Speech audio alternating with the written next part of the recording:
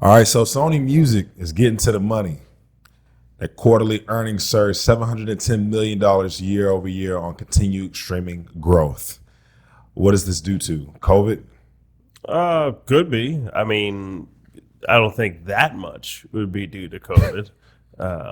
People can still do something else like watch TV, but it could have that could have had something to do with it. I honestly wasn't thinking COVID. I was just thinking they got more people in their catalogs, more they signed on more artists. So the streaming was a big part of that, like their streaming revenue.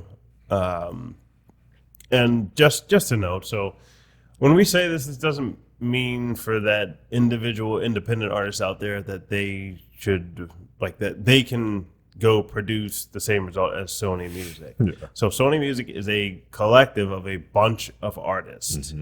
And the reason why that works for them is because they have so many artists that they signed that even though it's fractions of a penny per stream, like once you get that many streams going, that can be profitable. So they have, I don't know how many artists, but it's like hundreds, right?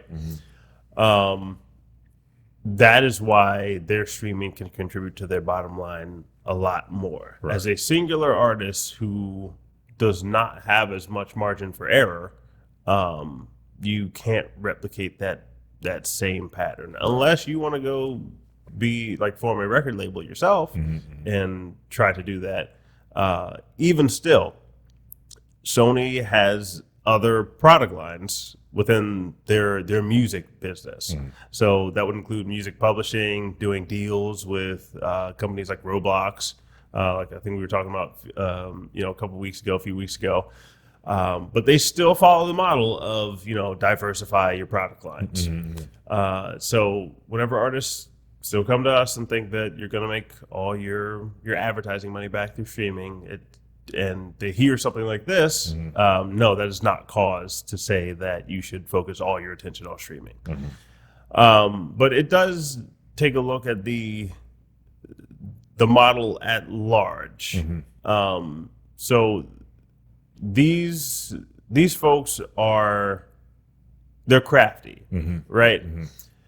And they already have all the existing relationships that would contribute towards that streaming model, which would be, the radio relationships with streaming platforms. So getting on big playlists, even though Spotify says they don't favor them, you can look through all the playlists over the years and see that it was heavily favored for major labels.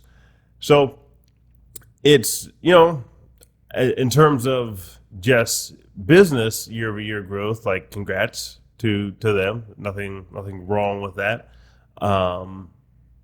But artists just have to caution themselves on which piece of this can they apply to their own careers. Right. Still, we are holding to the idea that, in fact, I wouldn't be surprised if Sony and UMG and all of them start to trend towards this idea of that NFT stock market sort of deal. The more you see people hiring engineers specializing in blockchain or that sort of deal, that tells you where the direction of the industry at large is heading. So definitely still focus on the whole, you are a brand in and of yourself, and you can be Sony Music in and of yourself, just replicating the investor base, because they're able to do this because they have a bunch of money, right? So in order for you to replicate this, getting that funding from having your own cryptocurrency or something like that is just the easiest path forward, and the one that makes the most sense, and is finally accessible to you now. So that's my take on it. That's what I'm gathering from all the recent moves that have happened. Even though their streaming numbers are up, or streaming is up worldwide, that doesn't hit the pockets of the independent artists as much. Yeah, that makes sense, man.